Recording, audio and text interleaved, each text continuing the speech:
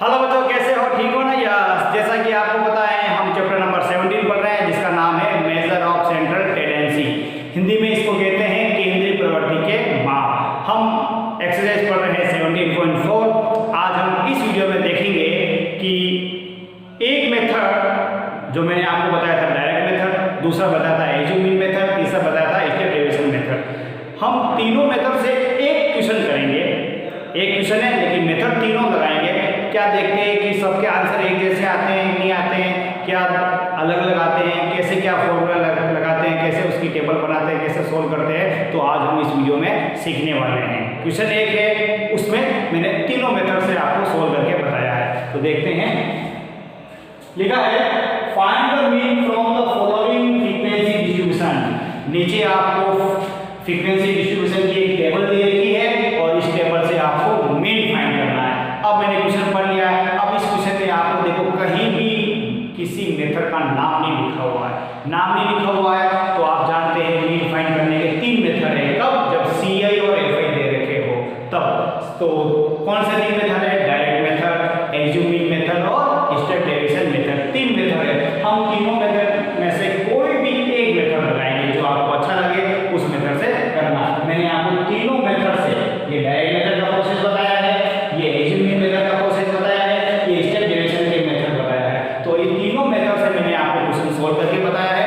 आपको केवल सिर्फ एक मेथड यूज करना है। जब नाम नहीं लिखा हुआ हो तो एक मेथड कोई भी आपको अच्छा जो लगे उस मेथड से इस क्वेश्चन को करना है। लेकिन कैसा करना है, कैसे करना है, कैसे उसकी टेबल बनेगी, कौन सा आपको अच्छा लगेगा, तो देखेंगे अपन एक एक मेथड लेके। सबसे पहले है डायरेक्ट मेथड। डायरेक्ट मेथड में आपको केवल ध्यान में आना चाहिए फॉर्मूले के अकॉर्डिंग। फॉर्मूला याद रखना चाहिए। x bar equal sigma fi xi upon sigma fi। अब fi xi का मल्टीप्लाई आ रहा है, यानी कि ci आपके पास है, fi आपके पास है, xi आ सकता है। कैसे आएगा? ci से हम xi फाइंड कर सकते हैं। फिर fi और xi का मल्टीप्लाई वाला, यानी कि चार कॉलम की टेबल बनेगी। सबसे पहले ci, फिर उसके बाद xi और fi और fi xi आ जाएगा। xi ci से फाइंड होगा। ये दोनों तो आपके पास गिवन है, जो आप लिख लोगे ये इससे फाइंड होगा और इन दोनों का मल्टीप्लाई करोगे जो fi xi आएगा। अब मैंने सारी वैल्यूज में पुट की। ci की वैल्यू 40 से 50, 50 से 60, तो ये सारे 90 से 20 तक दे रखी है। अच्छा fi जो 10, 25, 28, 12, 10, 15 ये मैंने सारी पुट कर दी है। अब आया है xi।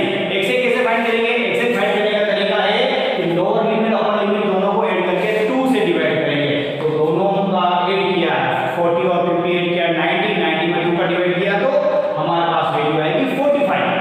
ठीक है। अब आपको बार-बार ऐड करना, बार-बार डिवाइड नहीं देना है। क्या करना है? जितना जितना ये बढ़ रहा है, यानी क्लास साइज यानी एज जितना है वो आप एक वैल्यू फाइंड करके उसके आगे से आगे जोड़ते जाओ।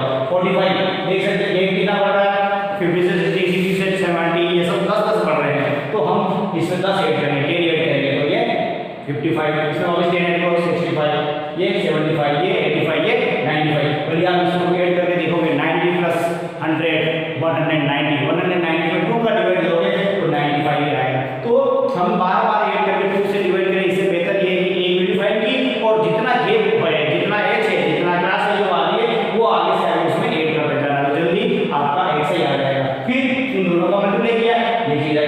अब हमें मल्टीप्लाई करने के बाद अब आप यहाँ इन सबको ऐड करना है। तो इसको ऐड किया सिग्मा fi xi तो ये आएगा 6820। fi को ऐड करेंगे तो 100 आएगा। अब हमारे पास फॉर्मूला है, उस फॉर्मूले का यूज करना है। Sigma fi xi upon sigma fi, इसकी वैल्यू लिखेंगे 6820 अपॉन 100। जो सीधे कट हो जाएगा और 682 में 10 का डिवाइड देंगे तो 68.2 आएगा। ये आंसर आएगा बी का, जो हमने किससे किया है? डायरेक्ट मेथड से। अब हम करेंगे इसी क्वेश्चन को एज्यूमिंग मेथड से। एज्यूमिंग मेथड लगाया, इसमें आपको बस ध्यान रखना है फॉर्मूला ये है x bar equal a plus sigma fi di, यहाँ di है अपॉन सिग्मा fi, di है इसलिए dy वाला कॉलम और आ जाएगा। तो ci आएगा, xi आएगा, fi आएगा, di आएगा और इधर fi di का मल्टीप्लाई वाला आ जाएगा। di फाइंड करने का फॉर्मूला मैंने बताया है xi माइनस a। a क्या है? एज्यूम वैल्यू यानी मिडल वैल्यू। मिडल वैल्यू कहां से फाइंड करेंगे? xi से फाइंड करेंगे। xi कैसे फाइंड करेंगे? ci से फाइंड करेंगे। ठीक है ना? तो ये आप ci ये सब लिख लोगे, xi लिख लोगे, fi लिख लोगे, ये तीनों आपको मैं बता ही रखा है, निकाल के भी बता दिया ये तीनों आ गए। फिर डी कैसे निकालना है, xi माइनस a, यानी कि अब a चाहिए, अब a देख सकते हो आप, a xi से फाइंड होगा, xi के पहले काउंट करो, और एक इवन है 1 2 3 4 5 6 मतलब 6, यानी कि इवन नंबर आया, इवन नंबर आया तो इवन से कैसे निकालेंगे, जितना भी इवन नंबर आया उसमें 2 से डिवाइड करो, यानी 6 का आधा करो, कितना आएगा 3, तो ऊपर से 3 से उल्टा चलो 1 2 3 क्या आया 65, तो a क्या है 65, क्लियर।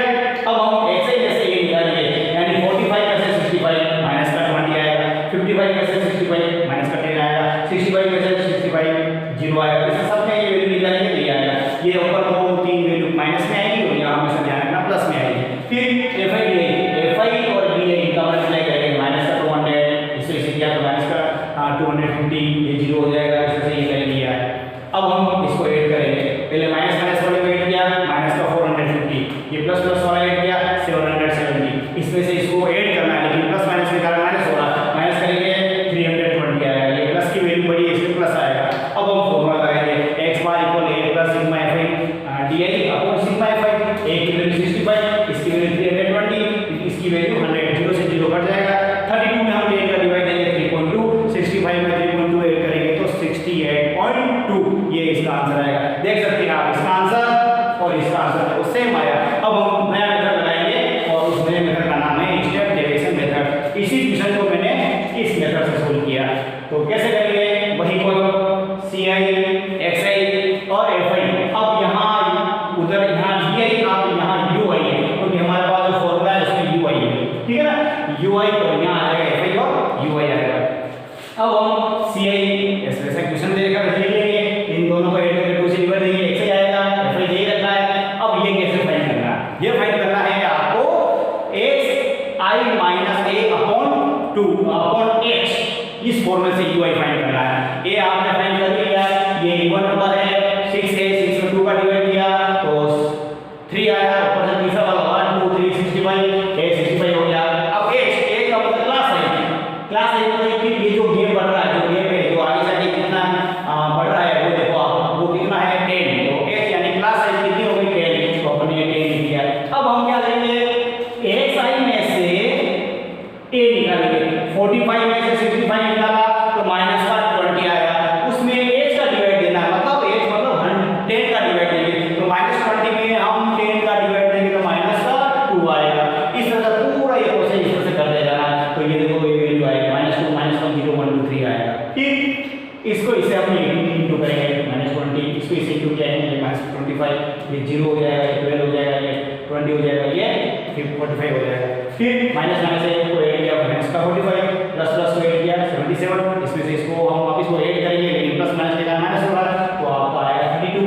अब हमारे पास formula x bar equal a plus sigma fi ui upon sigma fi into h, ये वैल्यू आएगा 32 यहाँ, ये वैल्यू आएगी 100, h आपका 10 और a आपका 65, 0 से 0 कट जाएगा, फिर 32 अपॉन 10, 10 में डिवाइड किया 3.2, इसमें इसको ऐड करेंगे तो 68.2 आया।